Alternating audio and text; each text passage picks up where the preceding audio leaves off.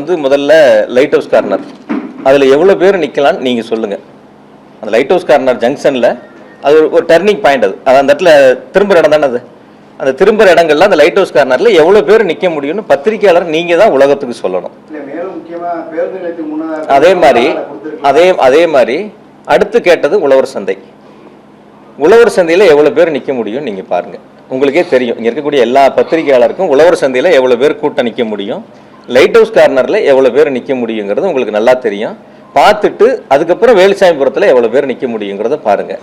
இந்த 3 இடங்களில் எது அதிகமான நபர்கள் நிற்க முடியும், எது அதிகமான நபர்கள் கலந்து கொள்ள முடியும், பொதுமக்களுக்கு எந்தவித போக்குவரத்தும் இடையூறு இல்லாமல் எந்த இடங்கள்ல அந்த கூட்டம் நடந்தால் மக்களுக்கு சிரமம் இல்லாமல் இருக்குங்கிறது நீங்களே ஒரு கணம் சிந்திச்சு பாருங்கள்.